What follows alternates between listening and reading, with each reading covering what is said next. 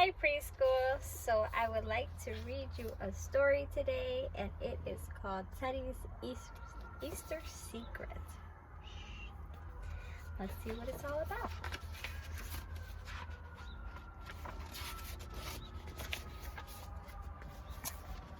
Teddy was angry.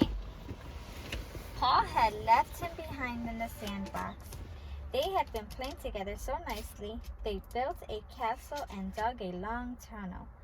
Then Paul got hungry and ran into the house. Gradually it grew dark. Teddy should have been snuggled up in Paul's warm bed. But here he was in the cold sand, tired and all alone. Suddenly he heard rustling noises. There he is in the sandbox.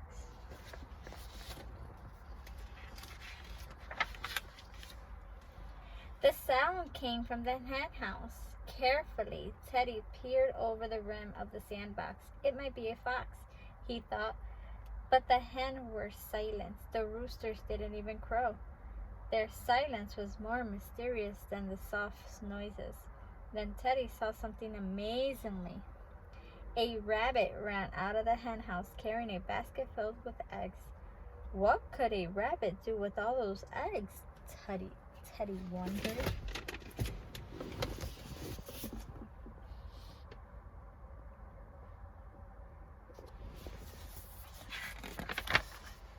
Without thinking, Teddy jumped up and ran after the rabbit. But by the time he was through the trees behind the house, the rabbit had almost disappeared over the hills. Teddy stood for a moment, unsure about what to do. The moon slipped out from behind a cloud, and he could clearly make out the rabbit's tracks in the damp grass. He followed the footprints to the edge of the woods. Uh-oh. What then's gonna happen? Let's find out. It was dark in the woods. Teddy did not like it one bit. A voice hoo down, making him jump. Who are you? And what are you doing? Teddy looked up and saw an owl. I'm solving a mystery, said Teddy, and he told the owl what had happened. I see, said the owl. Don't you know what day is it tomorrow? Yes, I do, said Teddy. Tomorrow's Easter. That clue isn't as important as a rabbit's tracks, said the owl. Come with me.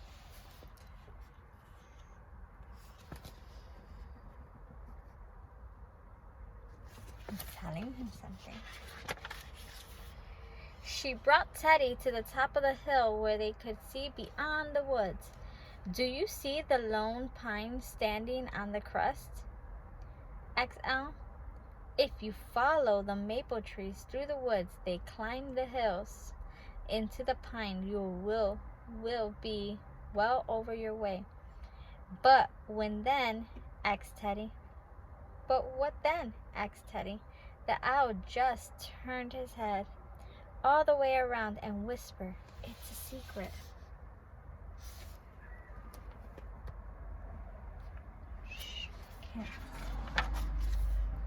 The forest was horribly dark and scary. Its crackling, crinkling of branches, fluttering and bats made Teddy freeze. A mouse dashed by his feet, and Teddy leaped into the tree. Ah! Then he laughed at himself. How silly he was to be scared of a little mouse just because it was dark. Feeling braver and braver, he went on. It wasn't so much further to that big pine tree. Look how little the mouse was, and look how big he is. But he jumped. A branch snapped, and two large eyes glowed. In the darkness, it was a fox. Teddy held his breath and tried to blend into the tree bark. Fox ate hens and eggs and rabbits. Had that fox feast on his rabbit? but the fox sunk right past him. So Teddy went on. Finally he was out of the woods, and there on the hill was a lone pine. Now what was he to do? He spun a narrow path that led him through a row of wild raspberries, and bending low, Teddy slipped through.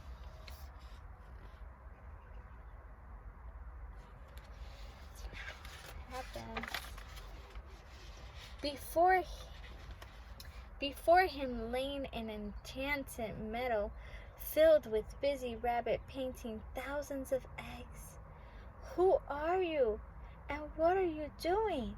Teddy looked up. Surprise! A large old rabbit was glaring at him.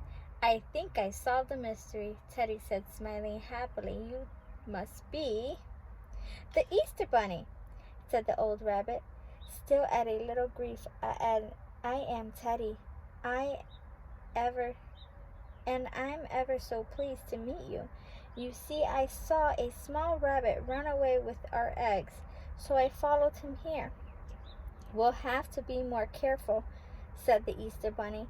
"But now should we do with you?" He scratched himself thoughtfully behind the ear. Since you discovered our secret, you might as well help us get ready." So since he's seen them, they're going to put him to work. He's got to keep the secret. So on the magical night, Teddy got to work alongside the Easter Bunny's helpers, painting eggs for children. "Where do you get the paint?" asked Teddy. "We mix them ourselves, from tree barks and leaf blossoms and the plant juice," said the Easter Bunny. "Be sure that no two eggs look alike. We pride ourselves on making each one unique. And be careful of the dye.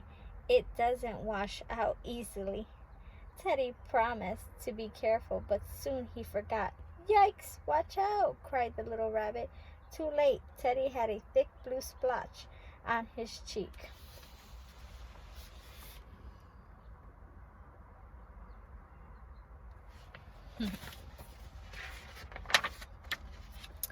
They filled up baskets with painted eggs, and then the Easter Bunny passed out the addresses of all the children. He gave Paul's basket to Little Rabbit, and take Teddy with you,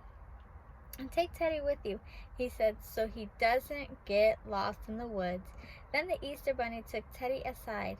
"Now you must promise me that you will never share our secret with anyone, not even the hens," asked Teddy. "Not even Pa." The Easter Bunny shook his head. "Not anybody?" Teddy thought all of the wonderful things he had seen and done that night, and how could he remember them even without talking? He nodded. "All right," he promised. "I won't tell." Then Teddy and the little rabbit set off. "What will we see the fox?" asked Teddy. "Fox, leave us alone at Easter," the little rabbit said with a laugh. The basket was rather heavy, so Teddy and the rabbit took turns carrying it. "Now, what can be in Easter?" "Now you can be in Easter, Teddy." So instead of an Easter bunny, they're calling him an Easter Teddy, joked the little rabbit.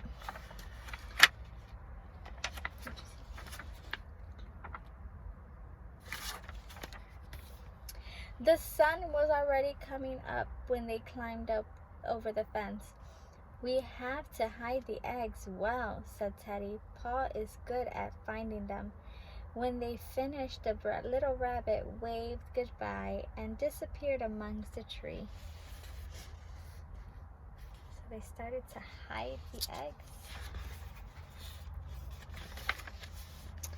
Only then did Teddy notice how tired he was.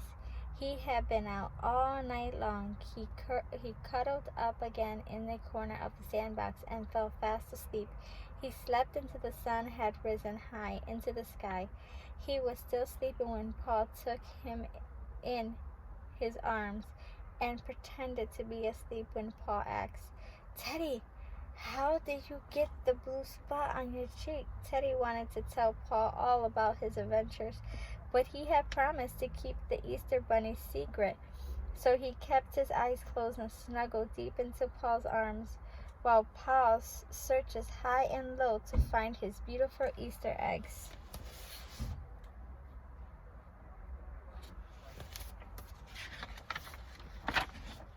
The end, preschool. Thank you for joining me with this Easter story.